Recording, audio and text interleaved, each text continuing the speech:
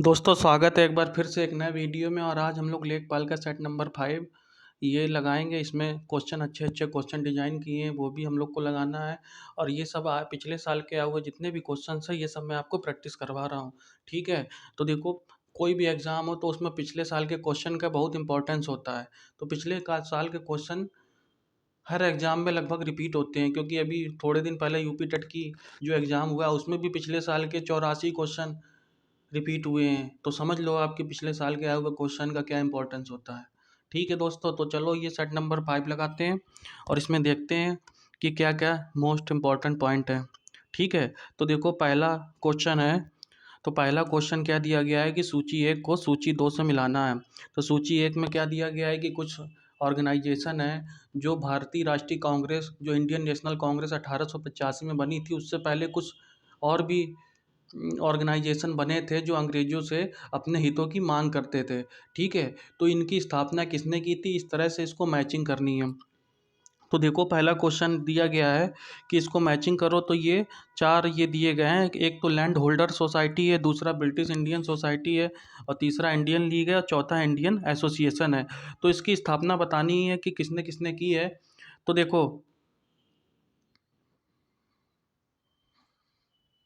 इसका ऑप्शन क्या होगा सही। तो बताइए कि लैंड होल्डर जो सोसाइटी थी कि इसकी स्थापना किसने की थी। तो देखो लैंड होल्डर सोसाइटी की पहले बात समझो कि इसकी स्थापना क्यों हुई थी। देखो आज़ादी 1885 में जो कांग्रेस की स्थापना हुई थी उससे पहले बहुत सारे ऑर्गेनाइजेशन की स्थापना हुई, और ये ऑर्गेनाइजेशन जिन्होंने अपनी स्थापना करी थी ये अपने अपने हितों की अंग्रेजों से मांग करते थे। मांग करने का मतलब क्या है कि जैसे जमींदार कोई है तो जमींदार अपना एसोसिएशन बना के क्या करेगा, अपनी मांग करेगा कि हमारे जमींदारों के हितों की सुरक्षा की जाए। ठीक है, तो जमींदारों का मेन मकसद क्या होता है कि उसकी ज़मीन पे बराबर उसको टैक्स मिलता रहे और बराबर उसको लैंड रेवेन्यू मिलता रहे, और जमींदार किसानों का शोषण करता रहता है। तो इस तरह से जो बड़ा जमींदार होता है तो वो बड़े बड़े जमींदार मिल के जब अंग्रेज अब कानून बना रहे हैं कि उनकी ज़मीन, बड़े जमींदारों की भी ज़मीन कब्जा रहे हैं, तो ये क्या हो रहा है कि जमींदार भी अपनी मांग कर रहे हैं कि हमारी भी ज़मीनों की सुरक्षा हो। तो वो अंग्रेज़ों से अपनी मांग कर रहे हैं कि हमारा आप हितों की सुरक्षा करो, और अपना एसोसिएशन बना के कोई भी कर रहे हैं। तो देखो जो द्वारका ये लैंड होल्डर सोसाइटी है इसकी स्थापना देखो किसने की थी। तो द्वारका नाथ टैगोर, ये जो ऑप्शन दिया गया है लैंड होल्डर सोसाइटी, इसकी स्थापना करी थी द्वारका नाथ टैगोर ने। तो ये द्वारका नाथ टैगोर ने इसकी स्थापना करी थी 1838 में। ठीक है, और इसकी स्थापना क्यों की गई थी, क्योंकि जो जमींदार थे, जमींदारों को लग रहा था कि मेरे हितों का अनदेखी हो रही है, तो अपने हितों की रक्षा के लिए इन्होंने अंग्रेजों को सामने प्रार्थना पत्रों के माध्यम से मांगे अपना रखना शुरू कर दिया था। ठीक है, इसी तरह से देखो ब्रिटिश इंडियन सोसाइटी थी, तो इसकी स्थापना करी थी विलियम एडम्स ने।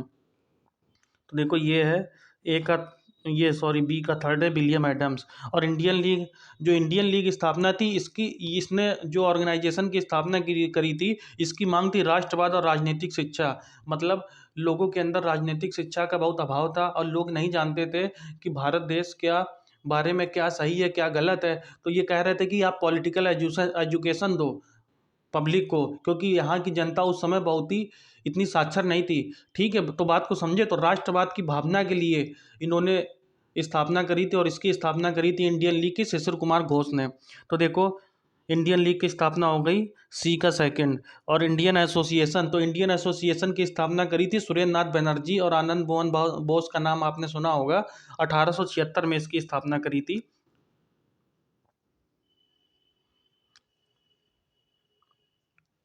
डी का हो गया फर्स्ट। तो देखो इसका क्या ऑप्शन होगा, लैंड होल्डर सोसाइटी की स्थापना 4, ठीक है, इसका हो गया 2, तो 4 2। और इंडियन लीग की स्थापना किसने की है, शिशिर कुमार घोष ने। 4 3 2 1। तो देखो इसका ए ऑप्शन सही हो गया, 4 3 2 1। तो ये बात को समझ गए।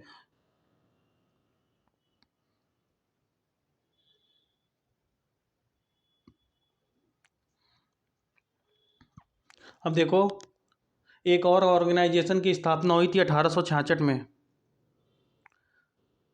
जिसकी स्थापना इस ऑर्गेनाइजेशन का नाम था ईस्ट इंडिया एसोसिएशन।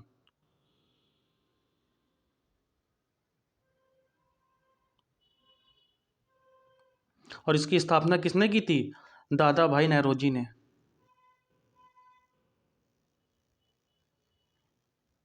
तो दादा भाई नौरोजी।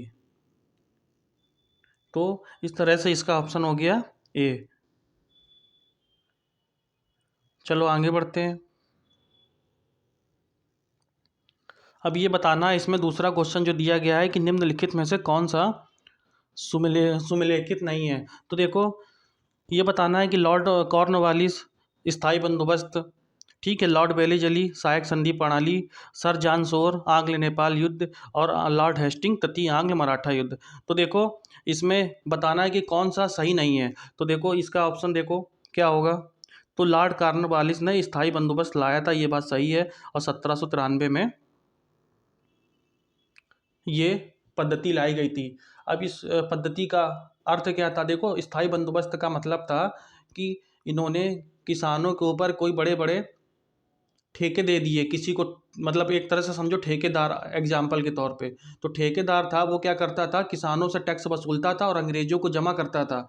तो इसने क्या किया, अंग्रेजों ने क्या किया कि एक आदमी को अलॉट कर दिया, कहा कि आप इतनी ज़मीन का जितना भी टैक्स रिवेन्यू आएगा वो आपको जमा करना है, ठीक है। और स्थायी बंदोबस्त का मतलब है कि 10 साल का ठेका दे दिया, 5 साल का ठेका दे दिया, और इतने साल तक आपको इनसे टैक्स कलेक्ट, और उसकी एक रेट फिक्स कर दिया कि हमें इतना पैसा हर साल चाहिए किसानों से, आपको जैसे भी वसूलना है आप वसूलो, इससे हमें मतलब नहीं है, ठीक है।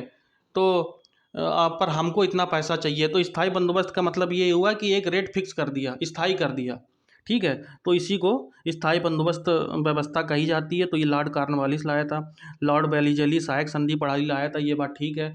तो लॉर्ड बेलीजली सहायक संधि प्रणाली का मतलब क्या है, आप बताइए। तो सहायक संधि प्रणाली का मतलब है कि जैसे किसी भी राज्य के साथ में संधि कर ली कि तुम्हारी विदेश नीति हम तय करेंगे, और विदेश नीति के बाद में आप आंतरिक मामलों पे कुछ भी कर सकते हैं, पर विदेश नीति मतलब अगर हैदराबाद राज्य को किसी दूसरे देश के साथ संबंध बनाने हैं तो वो संबंध अंग्रेजों की बिना मर्जी से नहीं होगा। तो बात को समझ गए कि अंग्रेज कहेंगे कि फ्रांस के साथ दोस्ती करनी है तो करो, नहीं करनी है तो मत करो। मतलब आप समझ रहे हो, जैसे आज भारत देश है, भारत देश में विदेश नीति के लिए स्वतंत्र है, हमें अमेरिका के साथ कैसे रिश्ते करने हैं, हमें रसिया के साथ कैसे रिश्ते रखने हैं, और भी देशों के साथ, जापान के साथ कैसे रिश्ते रखने हैं, और पाकिस्तान के साथ कैसी विदेश नीति का पालन करना है। पर उस समय ऐसा नहीं था। अंग्रेजों ने क्या किया, अभी आपको कोई कहने लगे, भारत देश में कहने लगे कि आपको अमेरिका के साथ इस संबंध इस तरह से रखने हैं, तो इसका मतलब है कि भारत की विदेश नीति स्वतंत्र नहीं हो गई, मतलब भारत की विदेश नीति किसी की गुलाम हो गई है। तो बात को समझे कि इसका मतलब यही था कि इन्होंने कहा कि हम अपने आपके राज्य में एक अधिकारी रखेंगे और जो विदेश नीति को आपको डिक्टेट करेगा कि आपको किस देश के साथ कैसे संबंध रखने हैं, अंतर्राष्ट्रीय संबंध, और इंटरनल मैटर पे आप कुछ भी करो, हमें इससे मतलब नहीं है। तो इस तरह से इस सहायक संधि प्रणाली ये थी, और इसको सबसे पहले अपनाने वाला राज्य था हैदराबाद, ठीक है। तो हैदराबाद अपनाने वाला सबसे पहला राज्य था, और इसने अपनाया था 1798 ईस्वी में, ठीक है। तो देखो, सहायक संधि अपनाने वाला पहला राज्य था हैदराबाद, और इसने अपनाया 1798 में। अब देखो, दूसरा राज्य कौन था? तो दूसरा राज्य था तंजौर, तंजौर और मैसूर। तो मैसूर ने अपनाया 1799 में, उसके बाद तंजौर, तंजौर ने अपनाया 1799 में। फिर किसने अपनाया? फिर अपनाया अवध ने। अवध ने कब अपनाया? 1801 में।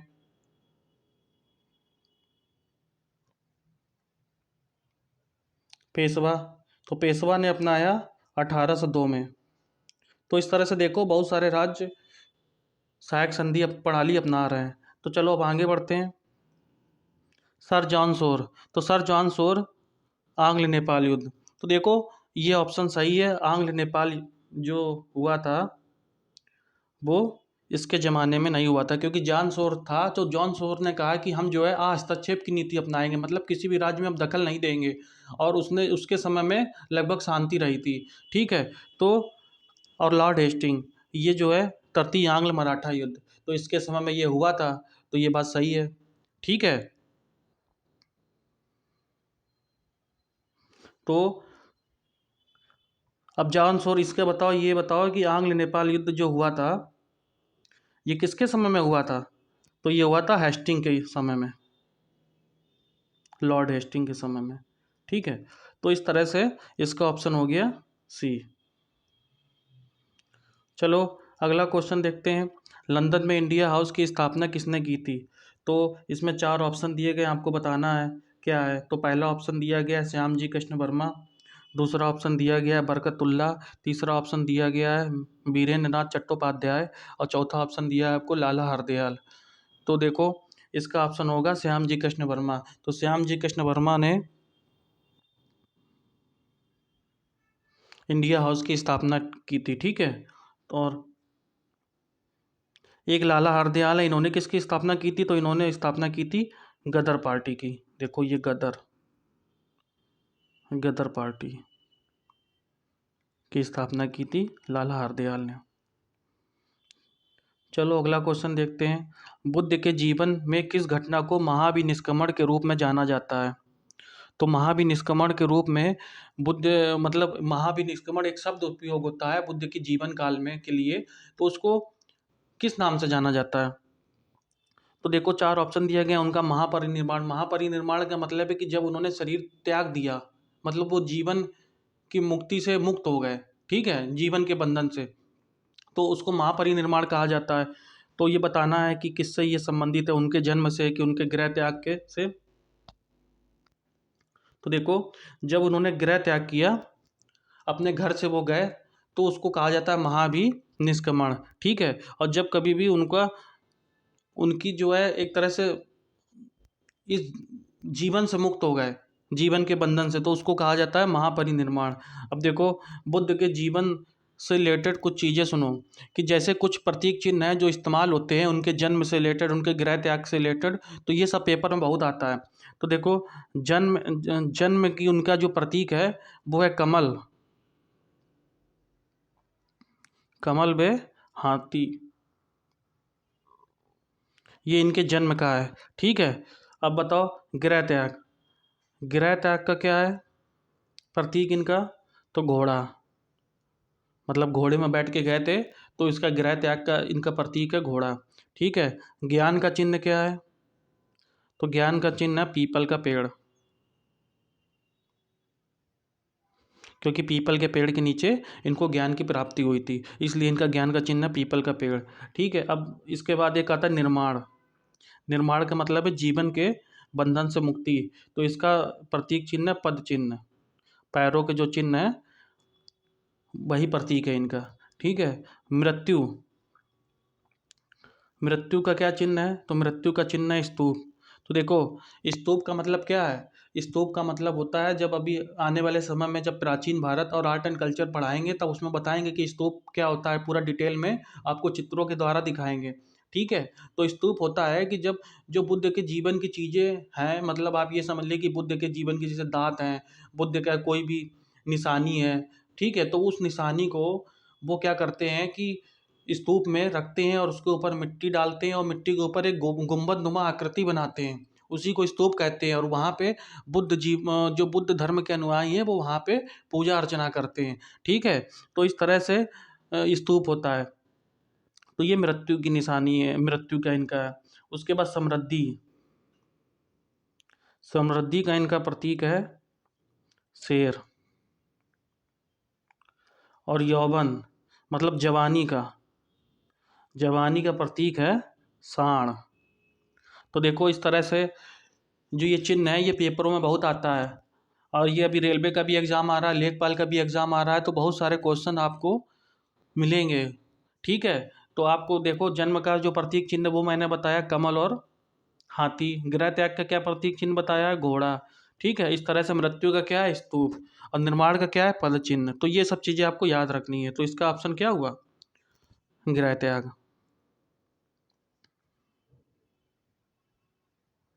चलो अगला क्वेश्चन देखते हैं 5वां।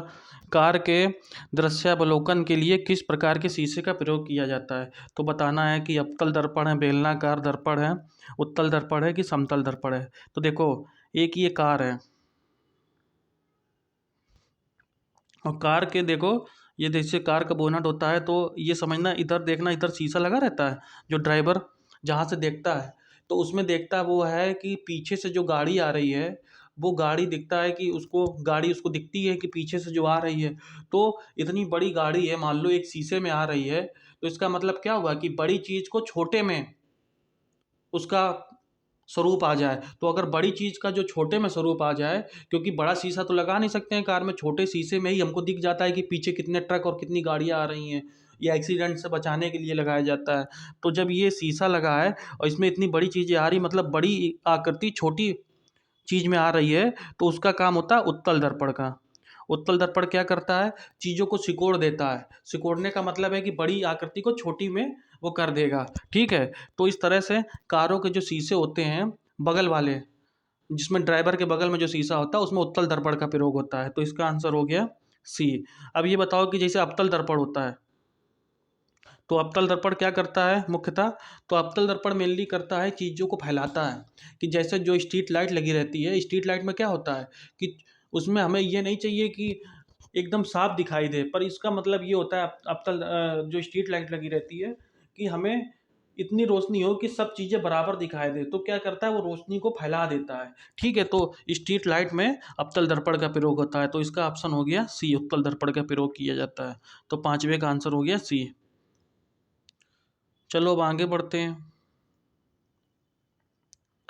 अब देखो क्वेश्चन है, पादप कोशिका जो है जंतु कोशिका से किस प्रकार भिन्न होती है, ये हमें बताना है। तो सबसे पहले तीन चार ऑप्शन दिए गए हैं। पहला ऑप्शन पढ़ो माइक्रोकांडिया, दूसरा ऑप्शन है कोशिका भित्ति, और तीसरा ऑप्शन क्या है जीव द्रव्य की उपस्थिति, और चौथा ऑप्शन क्या है कोशिका केंद्रक। तो हमें ये बताना है कि पादप कोशिका जंतु कोशिका से किस प्रकार भिन्न होती है। तो देखो एक चीज, दो चीज़ें तुम याद रखना कि दो चीज़ें जो पादप कोशिका में होती हैं वो जंतु कोशिका में नहीं होती है। पहले सबसे पहले एक मतलब समझो, कोशिका का मतलब क्या होता है। कोशिका जीवन की मूलभूत इकाई होती है। ठीक है, ये दो जिसमें जीवन होता है उसमें कोशिका होती है। अब समझना बात को, जैसे मनुष्य में कोशिका होगी वो जंतु कोशिका कहलाएगी, और पौधों में भी कोशिका होगी वो पादप कोशिका कहलाती है। ठीक है, तो जब कोशिका बहुत सारी कोशिका मिलकर जब जब बहुत सारी कोशिका मिलती हैं तो एक ऊतक का निर्माण होता है, और जब बहुत सारे ऊतक बनते हैं तो एक अंग का निर्माण होता है, और जब बहुत सारे अंग बनते हैं मिलते हैं तो एक शरीर का निर्माण होता है। अब समझना बात को, ये कोशिका है।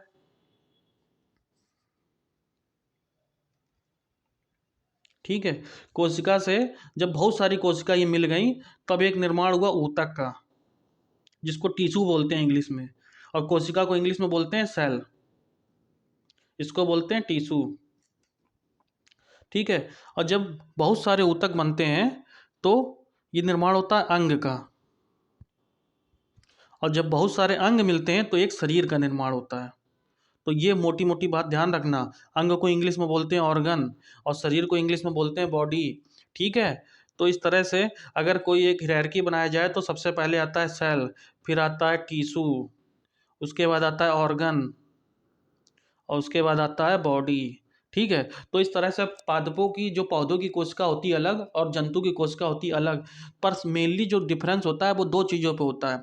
ठीक है, तो देखो पादप कोशिका में क्या होता है कि कोशिका भित्ति पाई जाती है, अगर केबी से लिखो तो कोशिका भित्ति। ठीक है, ये पादप कोशिका में पाई जाती है, और जंतु कोशिका में अगर जेके लिख दिया तो ये जंतु कोशिका हो गई। तो जंतु कोशिका में कोशिका भित्ति नहीं पाई जाती है, ये समझ गए। ठीक है, और दूसरी जो पादप कोशिका होती है उसमें रसधानी बड़ी बड़ी होती हैं, और जंतु कोशिका में रसधानी छोटी होती हैं। और पादप कोशिका में क्लोरोफिल पाया जाता है, क्योंकि पौधों का रंग क्या होता है, हरा रंग होता है, ये क्लोरोफिल से ही उसका रंग हरा होता है, पत्तियों का रंग। ठीक है, तो इसमें जो आंसर हो गया है कि पादप कोशिका जंतु कोशिका से किस प्रकार भिन्न होती है, तो इसमें आंसर होगा कोशिका भित्ति पादप कोशिका में होती है और जंतु कोशिका में नहीं होती है। अभी आप केवल इतना समझ लो, अभी जब बायो पढ़ाएंगे तब आपको पूरा चित्रों के द्वारा सब चीज़ दिखाएंगे, उसकी टेंशन नहीं लेनी है आपको। ठीक है, तो माइक्रोकांड्रिया क्या होता है, माइक्रोकांड्रिया होता है जैसे कोशिका का जो पावर हाउस होता है ना, तो कोशिका का पावर हाउस समझ लो एक तरह से। जैसे हमारे शरीर को ऊर्जा की ज़रूरत होती है, तो ऊर्जा की ज़रूरत कहाँ मिलती है, किससे मिलती है। ठीक है, तो जैसे हमारे शरीर को ऊर्जा मिलती है उसी तरह कोशिका को भी ऊर्जा की जरूरत होती है। तो कोशिका को ऊर्जा मिलती है माइक्रोकांडिया से, इसीलिए इसको कहा जाता है कोशिका का पावर हाउस।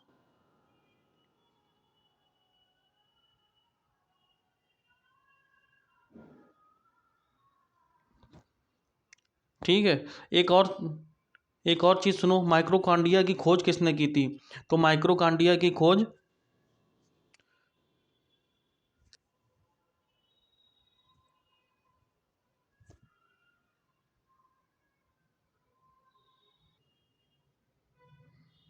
तो देखो माइक्रोकांडिया की खोज किसने की थी? तो देखो माइक्रोकांडिया की खोज की थी कोलिकर ने। कोलिकर ने खोज की थी 1880 में। और देखो कोलिकर ने 1880 में खोज कर दी। फिर 1890 में एक एक साइंटिस्ट थे, उनका नाम था अल्टमान। तो अल्टमान ने इसको नाम दिया बायोप्लास्ट। ठीक है। और उसके बाद 1897 में 1897 में एक थे साइंटिस्ट, उनका नाम था बेंडा। तो बेंडा ने इसको नाम दिया था माइक्रोकांड्रिया। तो तीन चीज़ें अलग अलग हो गई हैं, तो इसको आपको ध्यान रखना है। 1880 में कोलिकर ने इसकी खोज की माइक्रोकांड्रिया की, 1890 में अल्टमान ने बायोप्लास्ट नाम दिया और बेंडा ने इसका नाम दिया माइक्रोकांड्रिया। तो देखो इस तरह से इसका आंसर हो गया बी, कोशिका भित्ति। ठीक है। चलो अब आगे बढ़ते हैं।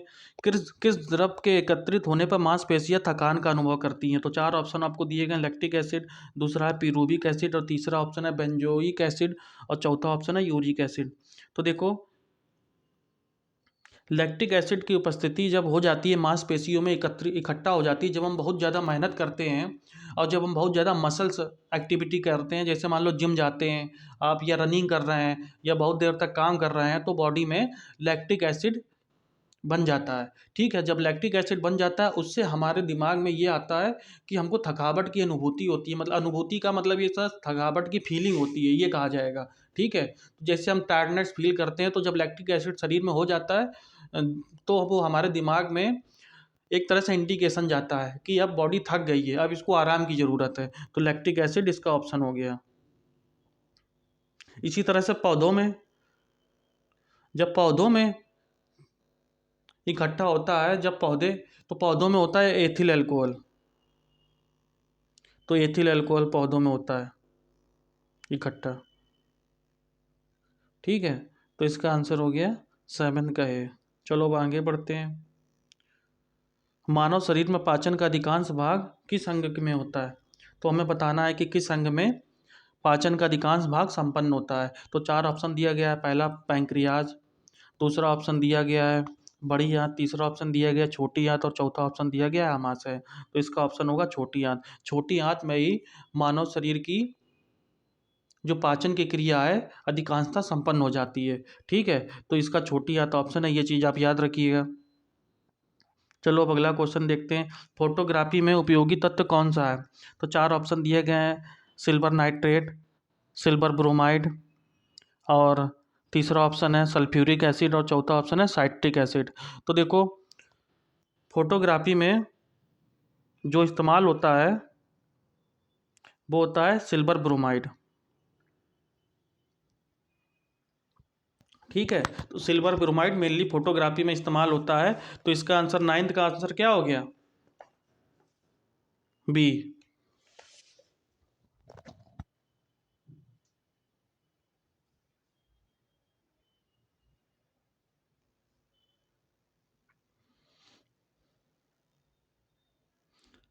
चलो ठीक है, अब आगे बढ़ते हैं। इसमें एक मिनट, इसमें देखो कि सिल्वर नाइट्रेट का यूज़ कहाँ होता है। तो जो इंक होती है, जो मतदाता सूची में हम लोग इंक लगाई जाती है जब वोटिंग के बाद, तो वो सिल्वर नाइट्रेट की होती है। ठीक है। और उसके बाद मत से हटाने में भी इसका प्रयोग किया जाता है सिल्वर नाइट्रेट का। साइट्रिक एसिड क्या होता है? साइट्रिक एसिड जो होता है वो खट्टे फलों में होता है, जैसे नींबू, संतरा। ठीक है। तो इस तरह से जो खट्टे फल होते हैं, रसदार फलों से ये साइट्रिक अम्ल प्राप्त होता है। तो ये कार्बनिक अम्ल है साइट्रिक एसिड। तो इसका इसका ऑप्शन क्या होगा? Silver bromide. चलो अब 10वां क्वेश्चन देखते हैं, 10th नंबर। तो ये हमें बताना है, निम्नलिखित में से लोकसभा और राज्यसभा के सदस्यों से संबंधित जोड़ी कौन सी गलत है? तो ये हमें बताना है कि इसमें क्या है कि, तो मतलब जैसे गुजरात में दिया गया है, तो गुजरात में लिखा है कि 26 लोकसभा की सीटें हैं और राज्यसभा की सीटें हैं 11। दूसरा ऑप्शन दिया गया कर्नाटक, तो कर्नाटक में लोकसभा की सीटें दी गई हैं 28, और राज्यसभा की सीटें कितनी दी गई हैं? 11। और केरल में क्या दिया गया है, 20 लोकसभा की सीटें और 9 राज्यसभा की सीटें। तो देखो ये वाला भी सही है, ये भी सही है, ये भी सही है। बस इसमें ये गलती है कि कर्नाटक में जो राज्यसभा की सीटें हैं वो 11 नहीं है, 12 हैं। तो ये आप एक चीज़ याद रखिएगा कि लोकसभा की सीटें तो आपको याद ही होनी चाहिए। तो जैसे गुजरात में कितनी लोकसभा की सीटें हैं, 26। कर्नाटक में कितनी है, 28। केरल में कितनी है, 20। उड़ीसा में है 21। इस तरह से उड़ीसा में राज्यसभा देखो तो 10 है, केरल में 9 है और गुजरात में 11 है। इसमें कर्नाटक में 11 नहीं है, 12 है। अगर अपने उत्तर प्रदेश में लेखपाल की परीक्षा में हो सकता है उत्तर प्रदेश का पूछ ले, तो उत्तर प्रदेश में देखो लोकसभा की सीटें हैं 80 और राज्यसभा की सीटें हैं 31। तो चलो अब आगे बढ़ते हैं। 11th क्वेश्चन है, तो पंचायती राज का शिल्पीकार किसको कहा जाता है? तो पंचायती राज का शिल्पकार, जो पंचायती राज व्यवस्था लाए थे, किसको कहा जाता है? तो महात्मा गांधी ऑप्शन दिया गया है, जवाहरलाल नेहरू दिया गया है, BR मेहता दिया गया है और ML सिंह भी दिया गया है। तो पंचायती राज का जो शिल्पी है उसको BR मेहता मतलब